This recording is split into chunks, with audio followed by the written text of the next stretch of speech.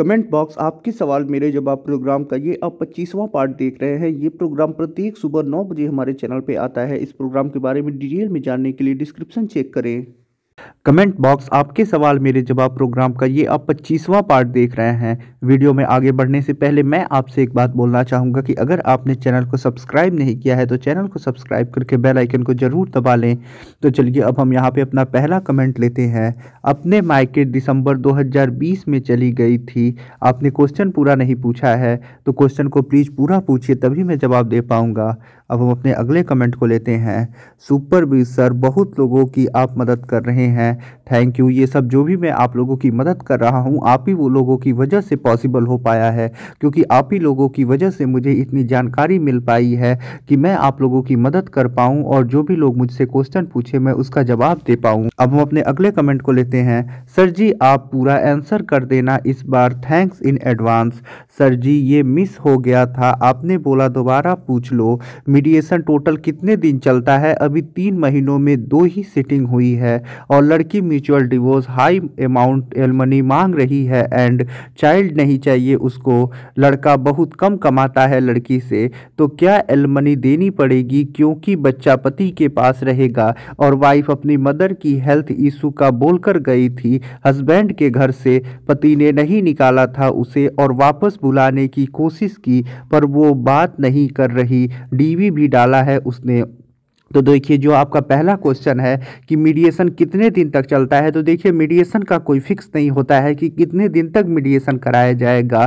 तो मीडिएशन से जब जो मीडिएटर होते हैं संतुष्ट हो जाते हैं या तो जो मीडिएशन है वो हो पाएगा यानी पॉसिबल है कि घर बस जाएगा, तो ऐसे में मीडिएशन की रिपोर्ट लगती है। या फिर जब मीडिएटर को लग जाता है कि मीडिएशन से कोई फ़ायदा नहीं मिलने वाला है, इससे कोई फ़ायदा नहीं होगा, तब वो रिपोर्ट लगाते हैं। तो मीडिएशन का कोई फिक्स नहीं होता है। बाकी अगर हम नॉर्मली देखें तो 4 से 5 डेट तक मीडिएशन चलता है, उसके बाद रिपोर्ट लगा दिया जाता है। और बाकी जो आपका दूसरा सवाल है कि लड़की जो है वो म्यूचुअल डिवोर्स ले रही है तो हाई एलिमनी की मांग कर रही है, तो देखिए ये नॉर्मल है, हर केस में यही होता है कि अगर जो पत्नी है वो म्यूचुअल डिवोर्स के लिए रेडी होती है तो ऐसे में वो हाई एलिमनी की डिमांड ही करती है, बहुत ज़्यादा पैसा ही मांगती है, तभी वो डिवोर्स के लिए रेडी होती है। तो अगर आप म्यूचुअल डिवोर्स लेना चाहते हैं तो ऐसे में तो आपको पैसा देना ही पड़ेगा, तभी वो आपको डिवोर्स देंगी और बाकी अपना जो केस है वो समाप्त करेंगी। और बाकी एक और चीज़ आपने बोला है कि लड़का बहुत कम कमाता है लड़की से, यानी अगर आपकी पत्नी पढ़ी लिखी हैं और ऐसे में वो ज़्यादा पैसा कमा रही हैं, उनकी इनकम इतनी ज़्यादा है कि जिससे वो अपना खर्च चला ले, बाकी अपना गुजर बसर सही ढंग से कर ले, और लड़का जो है वो कम कमा रहा है, तो ऐसे में आपके लिए यही बेहतर होगा कि आप कोर्ट में जो 125 CRPC का मुकदमा हुआ है और जो DV एक्ट का मुकदमा हुआ है उसे डिफेंड करिए, उसे लड़िए। ऐसे में आप 125 CRPC में ये चीज़ साबित करिए कि जो आपकी पत्नी है वो आपसे ज़्यादा कमाती हैं, आप कम कमाते हैं, आपकी जो पत्नी है वो पढ़ी लिखी हैं और इतना कमा ले रही हैं कि जिससे अपना गुजर बसर कर ले, अपना खर्चा चला ले। और साथ ही साथ ये भी आप कोर्ट में साबित करिए कि जो आपकी पत्नी है वो बिना उचित कारण के ही आपसे अलग रह रही हैं। तो अगर इन सारी चीज़ों को आप कोर्ट में साबित कर देते हैं तो आपको मेंटेनेंस नहीं देना पड़ेगा, जो पत्नी का मेंटेनेंस केस है वो खारिज हो जाएगा। बाकी अगर आप म्यूचुअल कंसेंट डिवोर्स लेते हैं तो ऐसे में तो आपको एलिमनी देनी ही पड़ेगी और जो पत्नी डिमांड कर रही है उसे मानना ही पड़ेगा, अन्यथा पत्नी आपको डिवोर्स देगी ही नहीं। अब हम अपने अगले कमेंट को लेते हैं। सर 498A कंप्लेंट का झूठा केस है, क्या रिवीजन में जा सकते हैं? मेंटेनेंस केस मेरा वकील वाच पर है। तो देखिए 498A केस में जब आपकी तलबी हो जाती है या जब मजिस्ट्रेट संज्ञान लेते हैं तो आप उसके लिए सेशन कोर्ट में रिवीजन के लिए जा सकते हैं, लेकिन इससे ज़्यादा कुछ फ़ायदा नहीं मिलता है। आपके लिए बेहतर यही होता है कि अगर आप जाना ही चाहते हैं तो ऐसे में आप हाई कोर्ट जाइए 482 CRPC में क्वेसिंग के लिए, तो उससे आपको फ़ायदा मिल सकता है। बाकी रिवीजन का एक प्रोविज़न किया गया है, आप सेशन कोर्ट में रिवीजन के लिए जा सकते हैं, लेकिन इससे ज़्यादा लोगों को फ़ायदा नहीं मिलता है, इसमें सक्सेस का जो चांस होता है बहुत कम होता है। बाकी 482 CRPC में हाई कोर्ट जाने से अगर आपके पास उचित आधार है, उचित तथ्य आप हाई कोर्ट में रखते हैं तो आपको सफलता मिलने का ज़्यादा चांस होता है। तो बेहतर यही होता है कि आप केसिंग के लिए हाई कोर्ट जाएँ, रिवीजन के लिए जाने से कोई उतना फ़ायदा नहीं मिलता है। अब हम अपने अगले कमेंट को लेते हैं। तो देखिए, इतने बड़े बड़े कमेंट आप लोग मत किया करिए, इतने बड़े कमेंट आएंगे तो मैं उसका जवाब नहीं दे पाऊंगा, तो प्लीज़ आप अपना क्वेश्चन शॉर्ट में पूछिए। अब हम अपने अगले कमेंट को लेते हैं। सर, यदि सीआरपीसी 482 में क्वेश्चन के लिए हाई कोर्ट केवल हस्बैंड जाता है तो क्या वाइफ को आना जाना खर्चा हाई कोर्ट ऑर्डर कर सकती है, कितना कर सकती है? तो जी हाँ, अगर 482 सीआरपीसी में जो पति है वो हाई कोर्ट में क्वेश्चन के लिए जाता है तो कभी कभी जो हाई कोर्ट होता है वो ये ऑर्डर कर देता है कि पत्नी का आने जाने का खर्चा जो है वो पति दे। अब ये कितना कोर्ट ऑर्डर करेगा ये तो कोर्ट के ऊपर होता है। अब इसमें आप मान के चलिए 20,000, 25,000, 50,000 रुपये ऐसे ही कुछ ऑर्डर होते हैं। अब ये फिक्स नहीं होता है कि कोर्ट कितना ऑर्डर करेगा, लेकिन ऐसा ऑर्डर हो जाता है। दूसरा इन्होंने सवाल पूछा है, केवल फैमिली जाती है तो क्या वाइफ को आने जाने का खर्चा हाई कोर्ट ऑर्डर कर सकती है, कितना कर सकती है?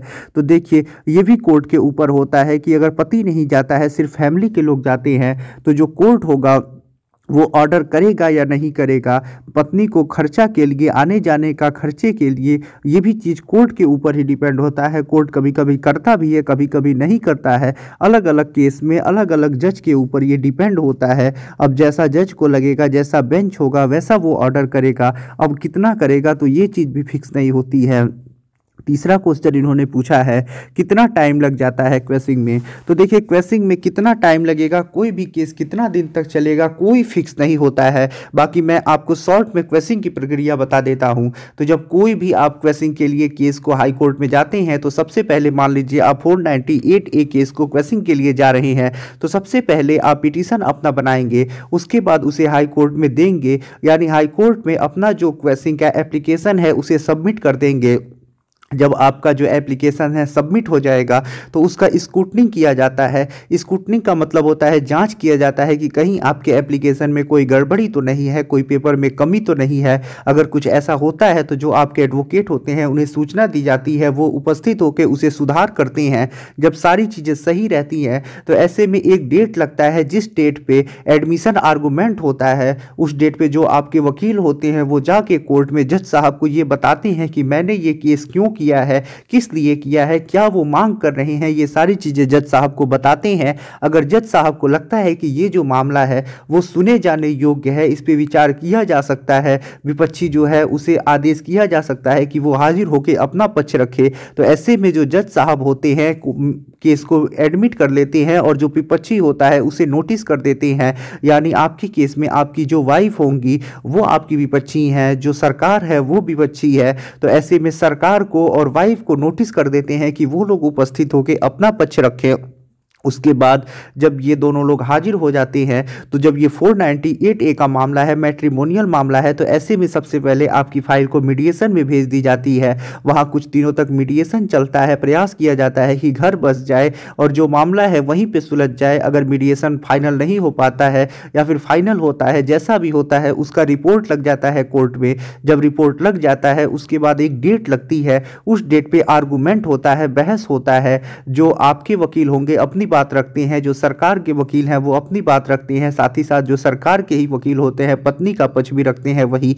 तो ऐसे में अब ये जब बहस हो जाता है, आर्गूमेंट हो जाता है, उसके बाद जजमेंट आता है, तो आप मान के चलिए अगर सब कुछ सही लगता है, छुट्टी नहीं पड़ती है और इस तरह से लॉकडाउन नहीं रहता है या फिर कोई अन्य परेशानी नहीं आती है, तो ऐसे में ये सब प्रक्रिया होने में लगभग मान के चलिए 6 से 7 महीने का समय लग ही जाता है। तो यही एक नॉर्मल और शॉर्ट में जो प्रक्रिया चलती है वो प्रक्रिया मैंने आपको बता दी है। अब कितना समय इसमें लगेगा कुछ इसका फिक्स नहीं होता है। अब हम अपने अगले कमेंट को लेते हैं। The affidavit of wife was not supported by any evidence. The honourable जज granted her maintenance only on the ground of her oath in her claim for HMA section 24, but my affidavit has been rejected saying it is not supported by my oath. आपने question पूरा नहीं पूछा है, स्पष्ट नहीं पूछा है, तो जो आप पूछना चाहते हैं वो तो आप पूछिए। आपने जो चीज़ थी वो बता दी, क्या मैटर है वो बता दिया, लेकिन क्वेश्चन नहीं पूछा है, तो आप अपना क्वेश्चन पूछिए। अब हम अपने अगले कमेंट को लेते हैं। तो देखिए इन्होंने जो कमेंट किया है वो बहुत बड़ा कमेंट किया है, लेकिन इसमें बहुत बड़ी सत्यता बताई है और इनका जो कमेंट है बहुत सही भी है। तो मैं आप लोगों से एक बात बोलना चाहूँगा कि मेरे इस वीडियो पे इन्होंने ये कमेंट किया है, तो प्लीज़ जो भी लोग ये वीडियो देख रहे हैं तो इस वीडियो को आप लोग देखिएगा और ये जो इनका कमेंट आया है पूरा कमेंट एक बार आप लोग ज़रूर पढ़िएगा, फिर आपको चीज़ें समझ में आएंगी। और कमेंट जो भी इनका अच्छा अगर लगे तो इनके कमेंट को आप लोग लाइक भी ज़रूर करिएगा। तो देखिए मेरे इस वीडियो पे इनका ये कमेंट आया है, तो इस कमेंट को आप लोग ज़रूर पढ़िएगा और पूरा कमेंट पढ़िएगा। अब मैं यहाँ पे ये कमेंट नहीं पढ़ सकता हूँ क्योंकि बहुत बड़ा कमेंट है, बहुत लंबा समय लग जाएगा, तो आप लोग ये कमेंट ज़रूर पढ़िएगा। अब हम अपने अगले कमेंट को लेते हैं। सर 498A 406 में एंटीसिपेटरी बेल लेना होगा एंड क्या मेरा भाई मुझे बेल दे सकता है कि कोई बाहर वाला चाहिए, अब तक फाइल नहीं हुआ है बट होने वाला है, प्लीज़ गिव मी सजेशन। तो देखिए 498A और 406 IPC में अगर FIR दर्ज है और आपको लगता है कि पुलिस जो है वो आपको अरेस्ट कर लेगी, पुलिस बार बार धमका रही है कि वो आपको अरेस्ट कर लेगी, या फिर आपकी पत्नी पक्ष जो वाले हैं वो काफ़ी ज़्यादा पावरफुल है, ऐसे में वो पुलिस के ऊपर भी दबाव बना सकते हैं कि पुलिस आपको अरेस्ट कर ले। तो ऐसे में अगर आपको डर है कि आपको अरेस्ट कर लिया जाएगा तभी आपको एंटीसिपेटरी बेल लेने की आवश्यकता होती है, अन्यथा वैसे बिना मतलब का आपको एंटीसिपेटरी बेल नहीं लेना चाहिए। और जो आपके भाई है वो आपके जमानतदार बन सकते हैं यदि उस केस में वो मुजरिम नहीं होंगे यानी अभियुक्त नहीं होंगे। तो आपको 2 जमानतदारों की आवश्यकता पड़ती है, तो एक अगर आपके भाई उस केस में एक्यूज नहीं होंगे तो वो आपके जमानतदार बन जाएंगे, और बाकी एक और आपको जमानतदार चाहिए क्योंकि जो जमानतदार लगते हैं जमानत लेने के लिए वो 2 लगते हैं। अब हम अपने अगले कमेंट को लेते हैं। तो सेम ही कमेंट आया है जो यहाँ पे कमेंट आया था, फिर ये भी जो कमेंट आया है वही कमेंट आया है, सेम कमेंट है, इसका जवाब मैं दे चुका हूँ। अब हम अपने अगले कमेंट को लेते हैं। सर मेरा केस झूठा नहीं है पर पुलिस ने उन लोगों को सपोर्ट किया और मुझे मेडिकल के नाम पे गंदे कमेंट भी किए, कभी घूसखोर क्या सही से इंक्वायरी करेंगे। तो देखिए अगर आपका इन्वेस्टिगेशन अभी चल रहा है और उसमें जो आईओ है वो सही से इन्वेस्टिगेशन नहीं कर रहा है, तो ऐसे में आप इस बात की शिकायत एसपी या फिर सीओ ऑफिस में कर सकती हैं। तो ऐसे में यदि आप शिकायत करती हैं और एसपी को उचित आधार बताती हैं या सीओ को उचित आधार बताती हैं, तो ऐसे में जो आपके आईओ होंगे, इन्वेस्टिगेशन ऑफिसर होंगे, उन्हें ये जो ऑफिसर हैं वो चेंज कर सकते हैं। तो अभी अगर आपका इन्वेस्टिगेशन चल रहा है और जो आईओ है यानी इन्वेस्टिगेशन ऑफिसर है सही से इन्वेस्टिगेशन नहीं कर रहा है, तो आप उसे उच्च अधिकारियों को कंप्लेन करके चेंज करवा सकती हैं।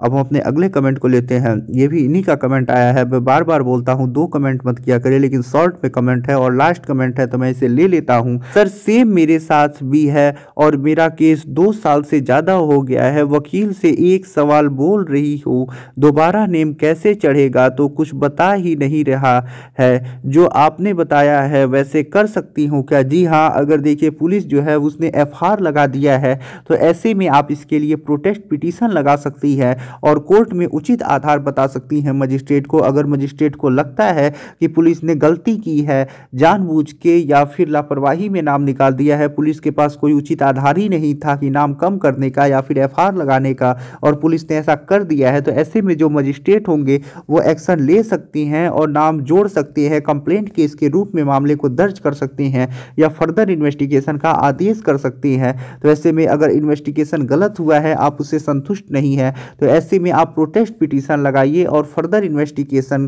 के लिए एप्लीकेशन लगाइए। प्रोटेस्ट पिटीशन में फर्दर इन्वेस्टिगेशन का मांग कीजिए। जब इन्वेस्टिगेशन का आदेश हो जा रहा है तो ऐसे में एसपी को कंप्लेन करके जो आपके पुराने वाले आईओ हैं उन्हें चेंज करवा दीजिए और फिर से इन्वेस्टिगेशन होगा और फिर जो होगा, जो सही होगा उसे सही ढंग से किया जाएगा। अगर पुलिस को लगेगा कि नाम नहीं निकलना चाहिए तो नाम ऐड कर लेगी और फिर दोबारा चार्जशीट लगाएगी। तो जो भी अभी तक कमेंट आए थे सबका मैंने जवाब दे दिया है। तो आशा करता हूं इस प्रोग्राम के जरिए आज भी आपको काफ़ी कुछ नई चीज़ें जानने को मिली होंगी और काफ़ी लोगों को अपने सवाल का भी जवाब मिल चुका होगा। तो एक बार फिर से मैं आप लोगों से बोलना चाहूँगा कि अगर आपने चैनल को सब्सक्राइब नहीं किया है तो चैनल को सब्सक्राइब जरूर कर ले और साथ ही साथ बेल आइकन को भी जरूर दबा ले। मिलते हैं नए प्रोग्राम के साथ अगले दिन, तब तक के लिए जय हिंद, जय भारत।